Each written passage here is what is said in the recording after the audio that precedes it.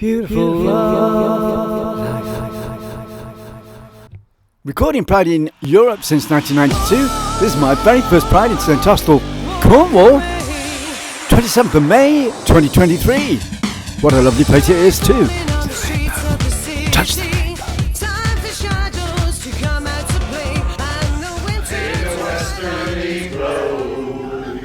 I've heard the thunder on rocks far below. I know one will ever free me from this land. I don't know what we're doing yet. Until the Lord calls me to sit at His hand. For this is my Eden, and I'm not alone.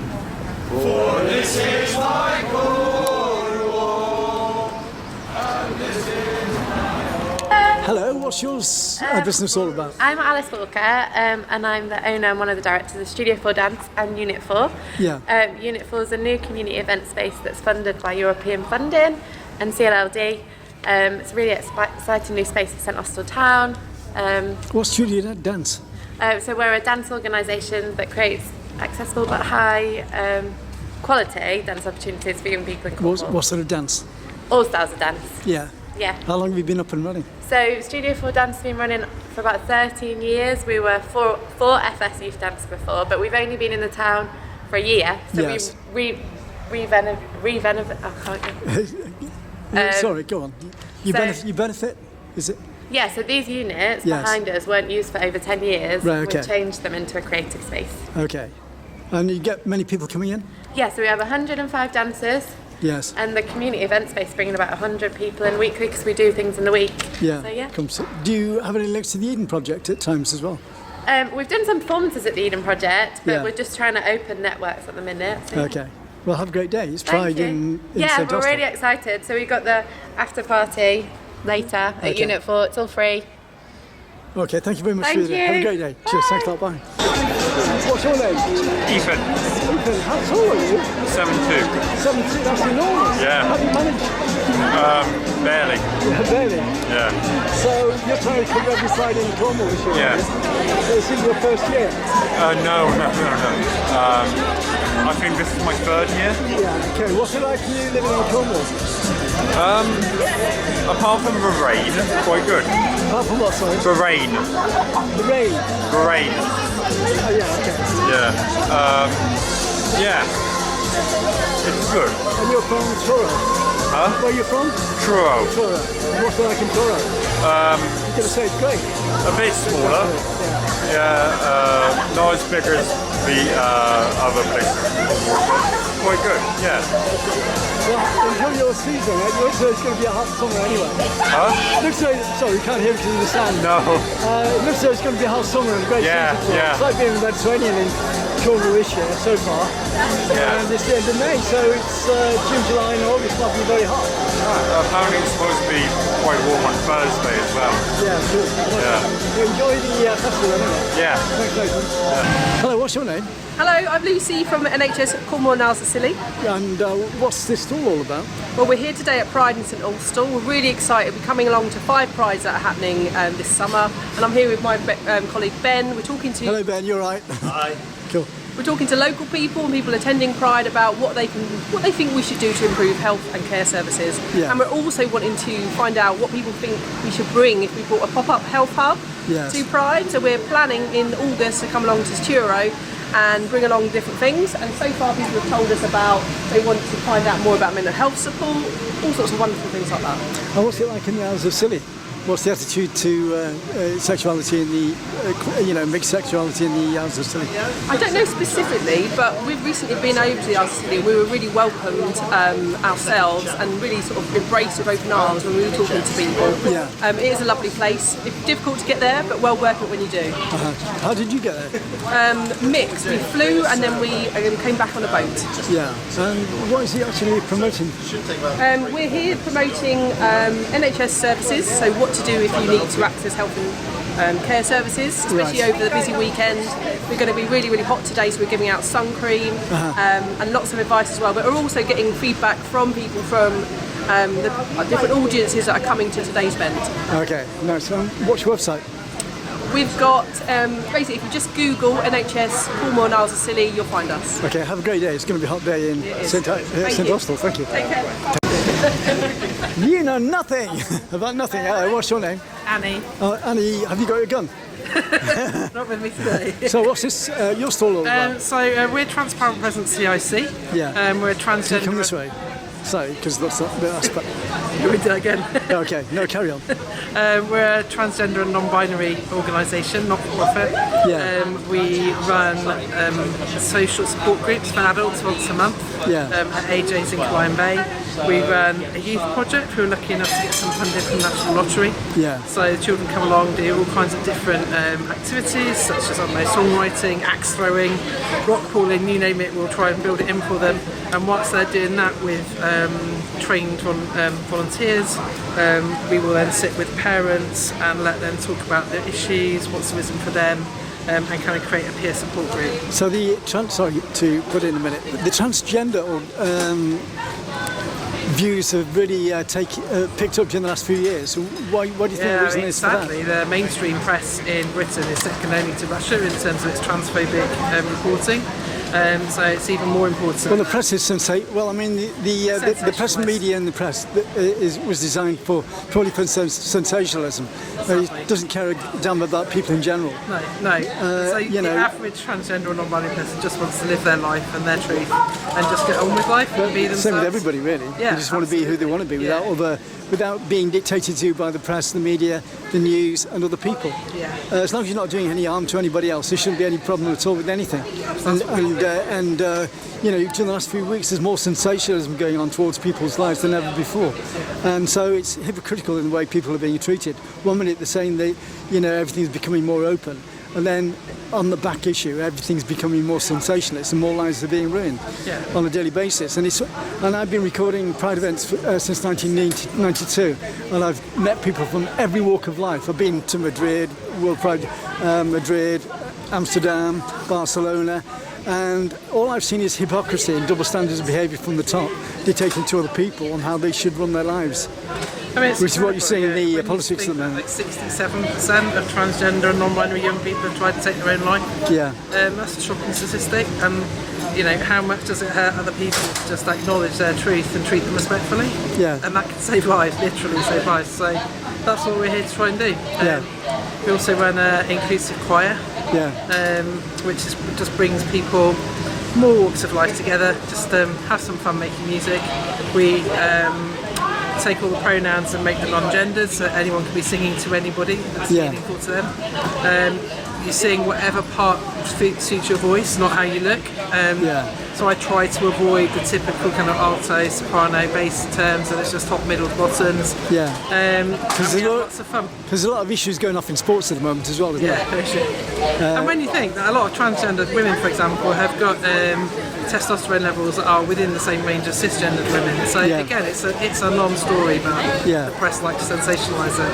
Well, I mean, well, of course it does, but because you've got to sell their products, which is what the Daily Mail was designed specifically in the 1800s to be a sensationalist press, and then it sold. So other press organisations then jumped on the bandwagon. And where I live in Plymouth, the local press is owned by the Daily Mail Group newspapers, the Daily Mirror Group newspapers, which is going through the High Courts at the moment because of its attitude towards other people.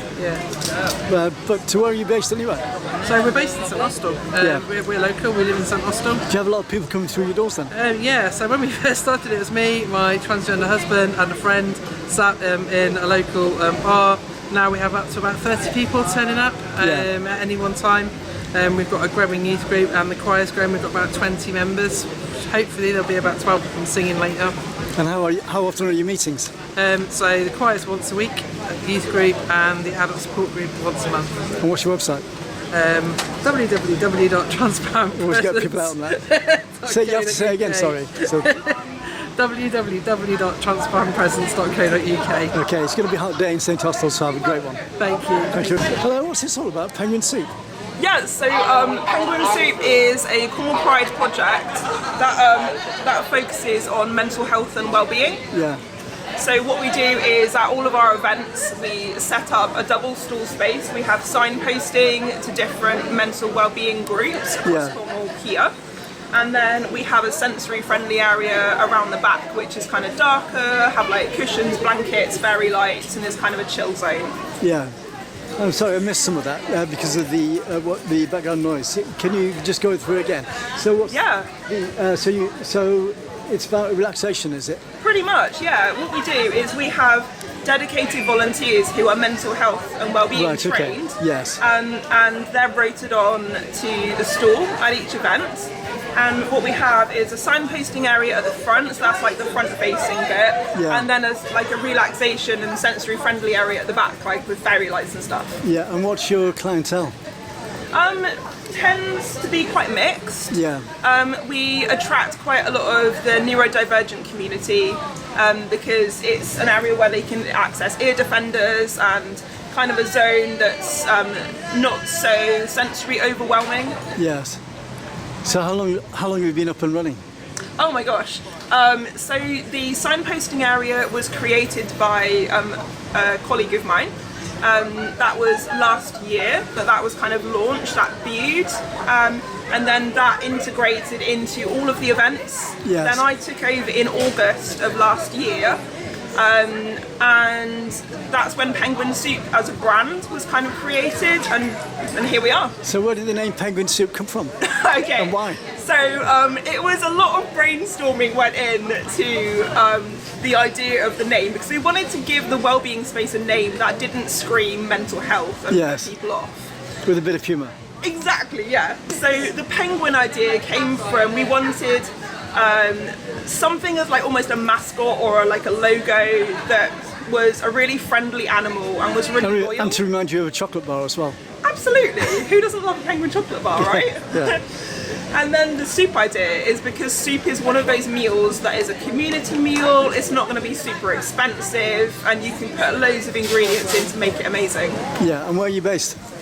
Well, we're kind of based everywhere. So we move with the events. We run wellbeing workshops across Cornwall with our amazing volunteer tribe. So we've done workshops in all sorts of areas like Truro, Newquay, all sorts. And I mean, generally, I suppose we're based in Truro because there's a Cornwall Pride office at Hall for Cornwall. So, I forgot what I was going to say then. So have a good day anyway.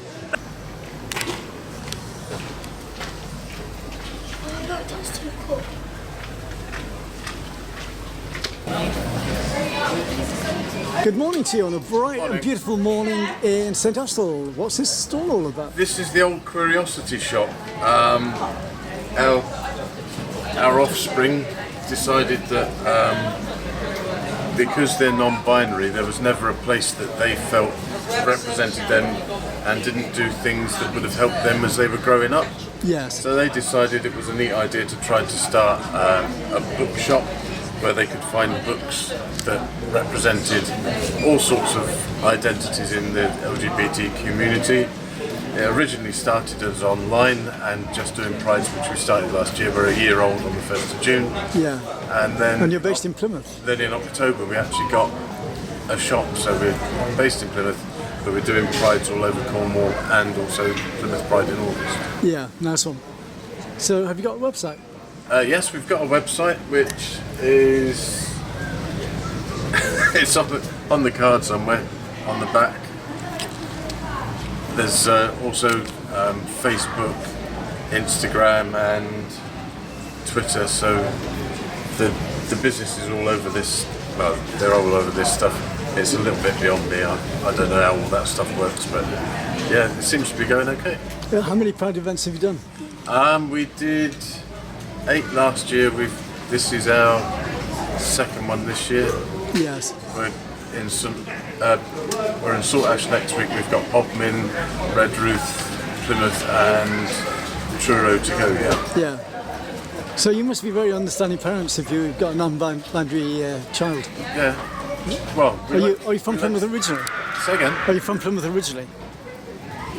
They are. I'm not.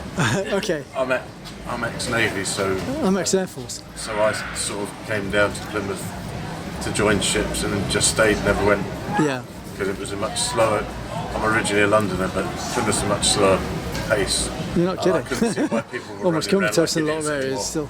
So yeah. Trying to make it an international city, but I've been there since 1992.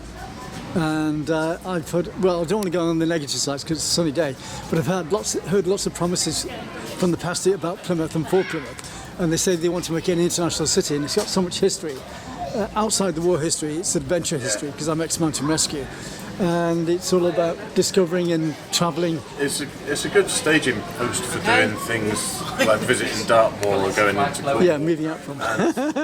Also, if you do go around the Barbican or the historical parts of Plymouth, there is lots to see and do. They've just opened the Box, which is the new updated That's right, yeah. Museum and Art Gallery, which is quite good. And they also put on occasional events that represent different groups. Yeah. They had an LGBT one not long ago, so it's getting there. It just needs everybody to actually get behind some of the ideas that are actually coming up with. Yeah, well, thanks a lot, and have a great day in St Austell. It's going to be. Thanks to the great people in St Austell and everybody involved in Cornwall Pride 2023. Jingle music with great thanks by Jasmine from Plymouth. 30 years of culture and the arts as a free service on Love Sometime TV. Don't forget to friendly share my videos, subscribe to my channel and support me through PayPal at tcsphoto1@gmail.com. Thanks for watching the video.